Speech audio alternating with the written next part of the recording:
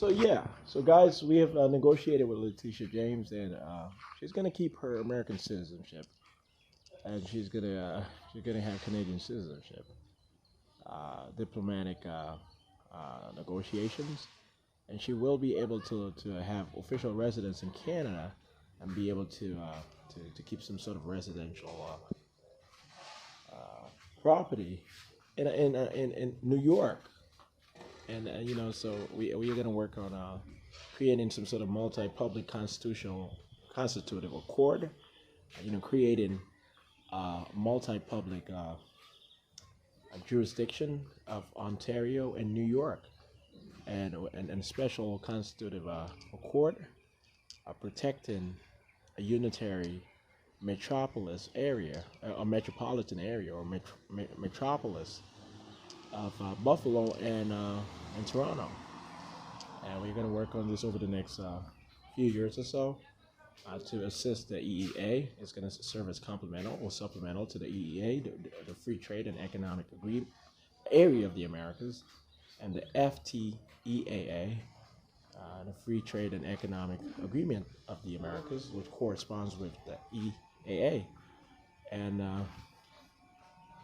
so Corinne Japierre also will be able to get Canadian citizenship, so she will be able to travel to Quebec or work with folks from Canada, from Quebec, to assist the EAA and formalizing some sort of a constitutional reformation or amendment, a set of amendments to the Constitution of the Republic of Haiti, and toward aiding the EAA. And so she'll be able to work or professionally occupy herself in Quebec at times, and maintain a United States residence and citizenship. I'm pretty sure eventually she's going to reveal that she's acquired citizenship based on procedures, regular procedures, standard procedures, denoting government work. So all right, denoting government work, and yeah. What else? What else do I have to say?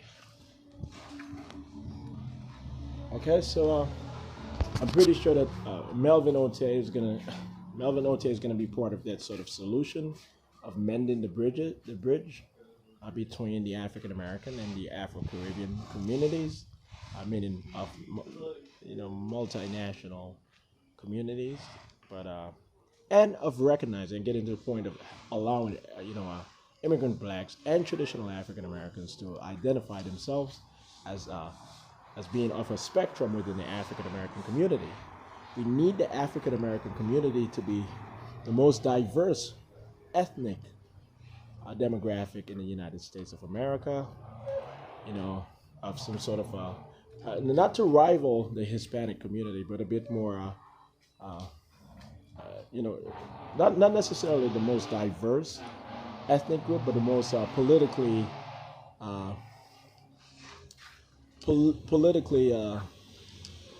assertive and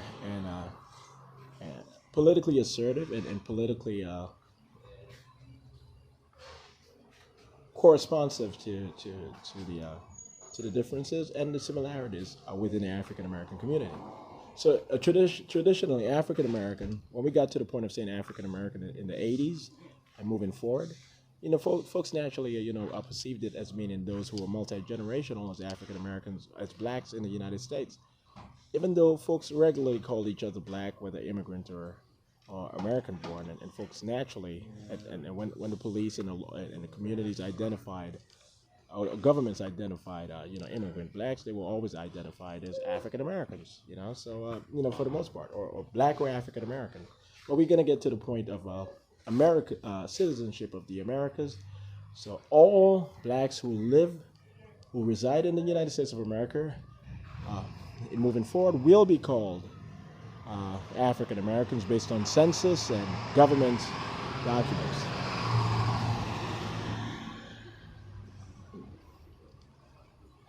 So this is what I want you guys to know. Okay, so so all blacks living in the United States of America will be considered African American on government document, on paper, and eventually accepted as such culturally, throughout the whole community and outside of the community. Okay, and Afro-Caribbeans and the rest of the Caribbean demographic in the Caribbean, they will be able to accept the African American diplomatic families, numerous and consistent and regular, who are going to be reside in the Caribbean, and eventually a lot of African American owned companies will form partnership with Caribbean owned, corporation or asset, structures and so forth. So we do have a lot of work to get done. And yes, so my procreation program is only for me. And yes, it is a real program, and it's not idiotic and it's not unlawful, but I will end up having 10,000 children based on my genetic, my intelligence, my IQ level. I literally was tested as having the highest IQ on the planet. I did not focus on mathematics or physics in this particular life tenure, but I am clearly of the highest IQ on the planet. I've been trained as a natural born genius to be that exceptional. So it's not just that I'm going to be a good father or a good biological father and professional father of my 10,000 offspring I'm going to have over the next 20, 30, 40 years. Literally. I'm not speaking of any sort of illusion or any sort of delusion whatsoever. I need you guys to take this seriously. We're going to have genius-like African American agents and operatives and auditors of the Central Intelligence Agency and INTERPOL, 10,000 at least over the next 30, 40 years. Developed and trained over the next 30, 40 years. So it's going to serve as a foundation for moving us, forward. All right, and yeah. So I'm never gonna say no to Corinne, no matter what she says. She's gonna have to accept. She's gonna have to say that that's what I've been saying the whole time. No matter what, she's gonna be foremost among the foremost of angels. And trust me, she's an angel. She gets mad and angry at times, but I'm pretty sure of it. We know who is who and this and this and that. So she's an angel, and hopefully she'll be able to accept all the other professional women who are being inducted into my procreation program with me, the sole male participant, the sole male sexual partner toward the procreation of 10,000 children. Okay, male and female to serve as operative agents and auditors of the United States government. I'll be able to walk Rashidah Williams into heaven. I'll be able to walk Rashidah Williams into heaven in a few weeks. There won't be any sort of contest or anger at this particular point or dissent that's going to infuriate her or her family member or my family members. And we're going to walk into heaven and return. And we will be in South Florida. Okay? Coral Gables, Miami will have several professional and residential properties. And Miami is still going to be the capital of the Americas, and it's going to be the capital city of the EAA immediately. We're going to make sure of that. So Washington, D.C., the headquarters of the OAS, will have to surrender to the lead city, or the capital city of the Americas. A lot of work to get done.